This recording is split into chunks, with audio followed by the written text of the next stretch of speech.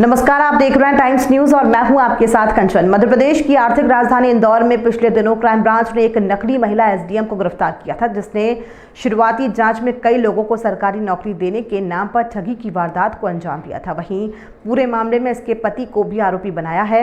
साथ ही उससे पूछताछ में ये बात भी सामने आई थी कि फर्जी महिला एसडीएम से 200 रुपये रोज और नकली वर्दी पहनाकर नकली पिस्टल देकर गार्ड को भी साथ में रखा था, जिससे वो लोगों पर दबाव बनाती थी। साथ ही उससे एक कार भी बरामद की गई थी। जब उसकी हकीकत लोगों के सामने आई तो ठगे लोग पुलिस के सामने आने लगे। इसी कड़ी में तेजाजी नगर थाना क्षेत्र में भी इस नकली एसडीएम की शिकायत की गई। इसके साथ ही इंदौर के अलग अलग 3 थानों में भी मामले दर्ज किए गए हैं। इंदौर पुलिस कमिश्नर ने बताया कि इस तरीके की वारदात को अंजाम देने के बाद इस महिला की शिकायत के लिए लोग भी सामने आए हैं। तब अभी तक की जांच में 4 शिकायतें सही पाई गई हैं, जिस पर से 4 अलग अलग थानों में मामले दर्ज किए गए हैं। साथ ही महिला ने उन्हीं पैसों से वाहन भी खरीदे और अन्य संसाधन खरीदे थे, वो पुलिस ने जब्त किए हैं। बाकी महिला के बैंक खातों की डिटेल भी निकाली गई है। पुलिस कमिश्नर ने बताया कि इस पूरी प्रक्रिया का उद्देश्य है कि पीड़ितों को जल्द से जल्द न्याय मिले और एक घर की भी पुष्टि हुई है, जिसकी कीमत 60 लाख रुपए है। पुलिस और इससे पूछताछ करने में जुटी हुई है। वहीं महिला के पति को भी पुलिस ने सह आरोपी बनाया है। इसके अन्य साथियों के बारे में भी पुलिस ने पता लगा लिया। इस पूरे प्रकरण में 4 और नई शिकायतें आई हैं, जिनकी पुष्टि भी हुई है और इसमें 4 और नए एफआईआर भी किए गए हैं। कुछ और लोग सामने आ रहे हैं। जैसे जैसे लोगों को इस बारे में ज्ञात हो रहा है और तब उनको आभास हो रहा है कि वो भी ठगे जा चुके हैं और ऐसे लोग सामने आ रहे हैं। तथ्यों के सत्यापन के बाद इसमें प्रकरण भी पंजीबद्ध किए जा रहे हैं। अगर हम देखें तो इस पूरे मामले में उससे जुड़ी हुई कुछ इस पैसे का उपयोग करके कुछ वाहन या कुछ अन्य जो संसाधन खरीदे गए थे उन्हें भी पुलिस ने जब्त किया है। साथ ही पुलिस ने बैंकों की डिटेल्स निकाली है। सारे जो बैंक खाते हैं उन बैंक खातों में बड़ी मात्रा में ट्रांजैक्शन हुआ है और ठगी किए हुए लोगों से इसमें पैसे लिए गए हैं, उसकी भी जानकारी पुलिस ने निकाली है और उनको भी सील करने के लिए लिखा गया है। उनको भी पुलिस जब्त कर रही है और साथ ही साथ जो भी उस पैसे का इस्तेमाल करके जो संसाधन लिए गए हैं और जिनकी पुष्टि हो रही है, पुलिस उनको भी उसको अटैच कराएगी। इस पूरी प्रक्रिया का उद्देश्य है कि जो भी पीड़ित हैं, पीड़ितों को जल्दी से जल्दी न्याय मिले और उनके साथ जो ठगी हुई है पुलिस उसमें त्वरित कार्रवाई कर न्याय दिलाने का प्रयास। इसने एक क्षेत्र में एक 60 लाख रुपए के बंगले की बात आई थी और उसकी पुष्टि भी हुई है।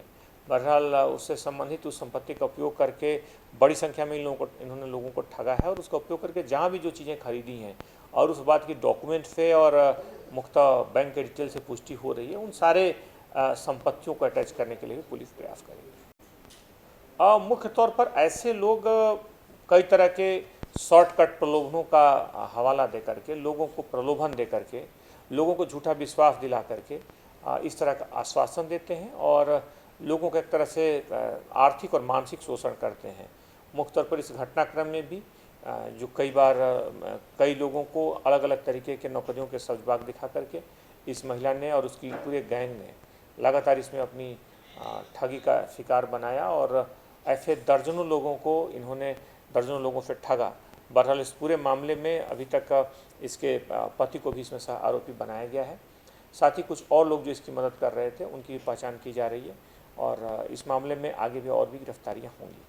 क्या रीज़न है कि पहले छोटे स्तर के कर्मचारी अधिकारी बन के आते थे, न्यायाधीश जैसे और एसडीएम जैसे अधिकारी बन के सामने आ रहे हैं? उसी परिसर में घूम रहे हैं। क्या रीज़न है सर ये इस तरीके से? शिकायत नहीं मिली या कार्रवाई उस समय?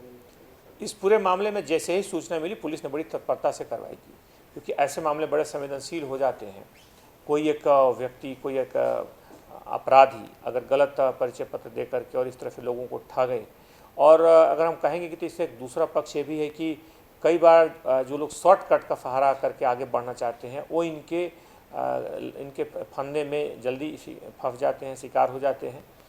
तो हमें उन चीज़ों का आगे बढ़ने के लिए इस तरह के शॉर्टकट का उपयोग करने से बचना चाहिए। इस तरह से निश्चित तौर पे वही लोग शिकार हो पाए जिन्होंने इस तरह के जिनकी महत्वाकांक्षा रही और इनके झूठे दिलासे का शिकार हो गए।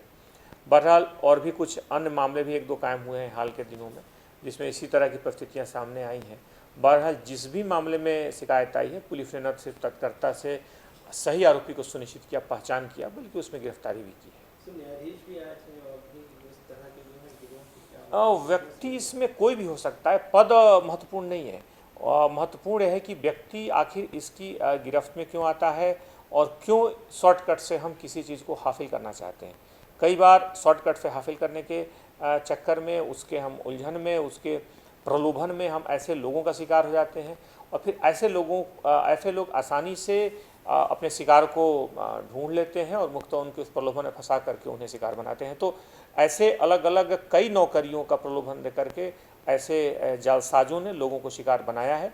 अच्छी बात यह है कि पुलिस के पास जैसी ही सूचना आई है, पुलिस ने न सिर्फ उनकी सही पहचान उजागर की है बल्कि उनके खिलाफ कड़ी कार्रवाइयाँ भी की हैं और मुख्य तौर पर जो पीड़ित हैं उनको ज़्यादा से ज़्यादा न्याय दिलाया जा सके, इसके लिए पुलिस लगातार प्रयासरत है। टाइम न्यूज़ देखिए अब आपके मोबाइल और स्मार्ट टीवी पर लाइव प्ले स्टोर से डाउनलोड करें टाइम स्मार्ट टीवी ऐप।